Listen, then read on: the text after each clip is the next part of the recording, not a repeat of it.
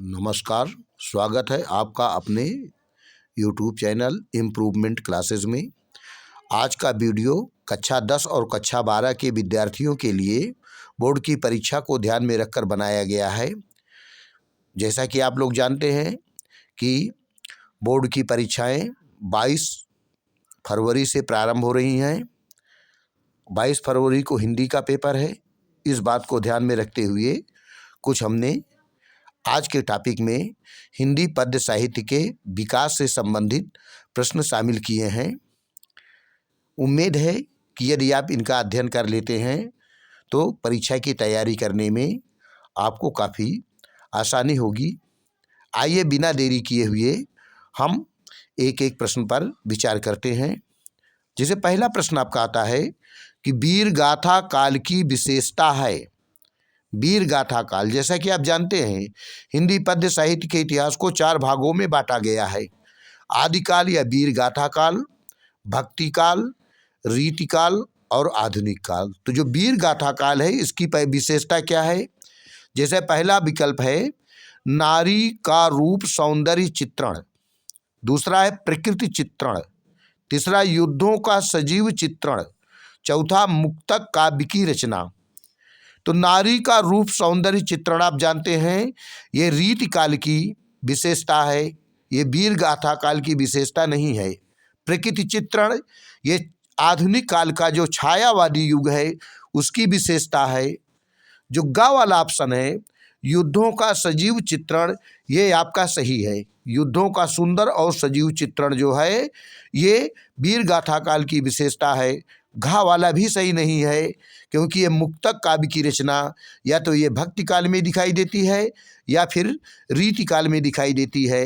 ये वीर गाथा काल की विशेषता नहीं है। वीर गाथा काल की विशेषता है युद्धों का सजीव चित्रण। आइए दूसरा प्रश्न देखते हैं। पृथ्वीराज रासो के रचनाकार कौन हैं? ये पृथ्वीराज रासो जो ग्रंथ लिखा गया ये आदिकाल या वीर गाथा काल का है। पहला इसका ऑप्शन है भूषण, महाकवि भूषण, दूसरा केशव, तीसरा चंद्रवरदाई, चौथा दलपति विजय। आइए देखते हैं, जिसे विकल्प का पर देखते हैं। भूषण, महाकवि भूषण ये पृथ्वीराज रासो इन्होंने नहीं लिखा और ये जो पृथ्वीराज रासो है ये वीर गाथा काल की रचना है, जबकि भूषण जो है महाकवि भूषण जो है रीति काल के कवि हैं। दूसरा केशव ये भी रीति काल के कवि हैं। चंद्रवरदाई, पृथ्वीराज रासो लिखा था चंद्रवरदाई ने, जिसमें पृथ्वीराज चौहान के वीरता और पराक्रम का वर्णन किया था। तो ये विकल्प गा जो है ये सही है। और दलपति विजय ये भी वीर गाथा काल के कवि हैं लेकिन इनकी रचना है खुमार रासो, चंद्रवरदाई नहीं है। पृथ्वीराज रासो इसके रचनाकार हैं चंद्रवरदाई। आइए देखते हैं तीसरा प्रश्न। इनमें से हिंदी का प्राचीनतम महाकाव्य कौन सा है? हिंदी का सबसे प्राचीनतम महाकाव्य कौन सा है? पहला है रामचरितमानस, दूसरा पद्मावत, तीसरा पृथ्वीराज रासो, चौथा प्रिय प्रवास। आइए एक एक के बारे में विचार करते हैं। सबसे प्राचीनतम, सबसे पुराना। अब जाहिर सी बात है सबसे पुराना कौन होगा? हिंदी साहित्य में, पद्य साहित्य में सबसे पुराना जो समय है, प्राचीन समय है वो है आदिकाल या वीर गाथा काल। तो रामचरितमानस ये प्राचीनतम महाकाव्य नहीं है बल्कि ये भक्ति काल की रचना है। इसी प्रकार पद्मावत मलिक मोहम्मद जायसी की रचना है। पृथ्वीराज रासो क्योंकि ये वीर गाथा काल की है तो वीर गाथा काल सबसे पुराना है तो प्राचीनतम महाकाव्य हो जाएगा पृथ्वीराज रासो। जबकि घा प्रिय प्रवास ये पंडित अयोध्या सिंह उपाध्याय हरिऔध की रचना है। तो जो प्राचीनतम महाकाव्य कौन सा है? तो ये है सबसे प्राचीनतम महाकाव्य पृथ्वीराज रासो। आइए देखते हैं चौथा प्रश्न। इनमें से कौन सी रचना भक्ति काल में लिखी गई? भक्ति काल में लिखी गई रचना इसका पहला है कावाला, कामायनी, खा सूरसागर, गा आल्हाखंड, घा शिवराज भूषण। तो जाहिर सी बात है भक्ति काल की रचना कामायनी जयशंकर प्रसाद की रचना है। जयशंकर प्रसाद छायावादी कवि थे। पंत प्रसाद निराला वर्मा ये छायावादी कवि हैं। सूरदास, सूरदास भक्ति काल के कवि थे, तो सूरदास सही है आपका। आलाखंड वीर गाथा काल का है। महाकवि भूषण जो है ये रीति काल के कवि हैं। तो भक्ति काल में लिखी गई रचना कौन सी है? सूर सागर, जिसे सूरदास जी ने लिखा था। आइए पांचवा प्रश्न देखते हैं। इनमें से कौन भक्ति काल का महाकाव्य है? निम्न में से भक्ति काल का महाकाव्य कौन सा है? पहला है साकेत, दूसरा श्री रामचरितमानस, तीसरा कामायनी, चौथा पृथ्वीराज रासो। आइए एक एक के बारे में विचार करते हैं। जैसे साकेत, ये मैथिली शरण गुप्त की रचना है, भक्ति काल की रचना नहीं है। दूसरा श्री रामचरितमानस, ये गोस्वामी तुलसीदास ने लिखा है, ये भक्ति काल की रचना है, तो आपका खा वाला विकल्प जो है सही है। कामायनी जयशंकर प्रसाद की रचना है। जयशंकर प्रसाद जी छायावादी कवि थे, जो आधुनिक काल के अंतर्गत आता है। और पृथ्वीराज रासो भी नहीं है, ये आदिकाल या वीर गाथा काल के कवि हैं, जिसको लिखा था चंद्रबरदाई ने। तो आपका उत्तर जो है खा वाला विकल्प पर आता है, श्री रामचरितमानस। आइए छठवां प्रश्न देखते हैं। निम्न में ज्ञानाश्रयी शाखा के कवि नहीं है, जो ज्ञान मार्गी शाखा है उसके कवि नहीं है। पहला है नानक, दूसरा दादू, तीसरा केशव, चौथा मलूक दास।